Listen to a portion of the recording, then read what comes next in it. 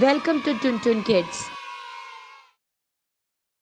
आज का शीर्षक है राम सेतु में गिलहरी का योगदान। तो बच्चों, कहानी शुरू करने से पहले एक बार ताली बजा दीजिए। माता सीता का हरण होने के बाद भगवान राम को लंका तक पहुंचने के लिए उनकी वानर सेना जंगल को लंका से जोड़ने के लिए समुद्र के ऊपर पुल बनाने के काम में लग जाती है। पुल बनाने के लिए पत्थर पर भगवान श्री राम का नाम लिखकर पूरी सेना समुद्र में पत्थर डालती है। भगवान राम का नाम लिखे जाने की वजह से पत्थर समुद्र में डूबने के बजाय तैरने लगते हैं। ये सब देखकर सभी वानर काफी खुश होते हैं और तेजी से पुल बनाने के लिए पत्थर समुद्र में डालने लगते हैं। भगवान राम पुल बनाने के लिए अपनी सेना के उत्साह, समर्पण और जुनून को देखकर काफी खुश होते हैं। उस वक्त वहां एक गिलहरी भी थी जो मुंह से कंकड़ उठाकर नदी में डाल रही थी। उसे ऐसा बार बार करते हुए एक वानर देख रहा था। कुछ देर बाद वानर गिलहरी को देखकर मजाक बनाता है।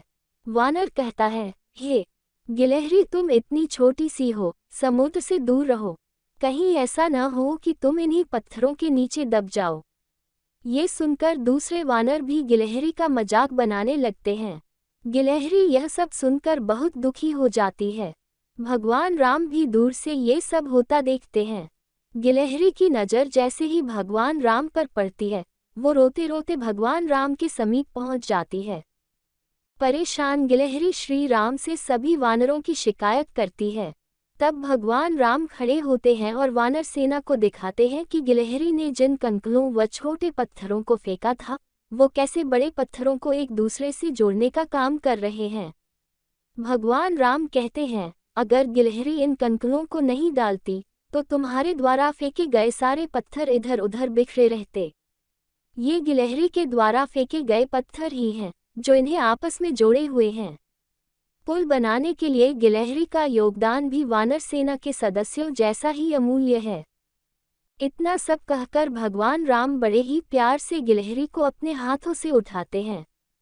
फिर गिलहरी के कार्य की सराहना करते हुए श्री राम उसकी पीठ पर बड़े ही प्यार से हाथ फेरने लगते हैं। भगवान के हाथ फेरते ही गिलहरी के छोटे से शरीर पर उनकी उंगलियों के निशान बन जाते हैं। तब से ही माना जाता है कि गिलहरियों के शरीर पर मौजूद सफ़ेद धारियां कुछ और नहीं बल्कि भगवान राम की उंगलियों के निशान के रूप में मौजूद उनका आशीर्वाद है।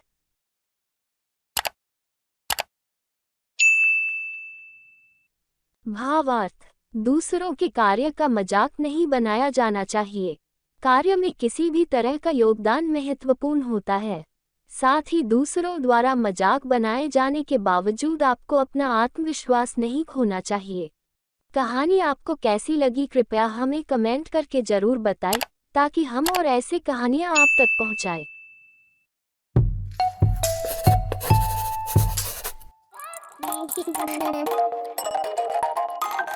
If you like a video, please like our video and subscribe to Tun Kids channel for more such interesting videos.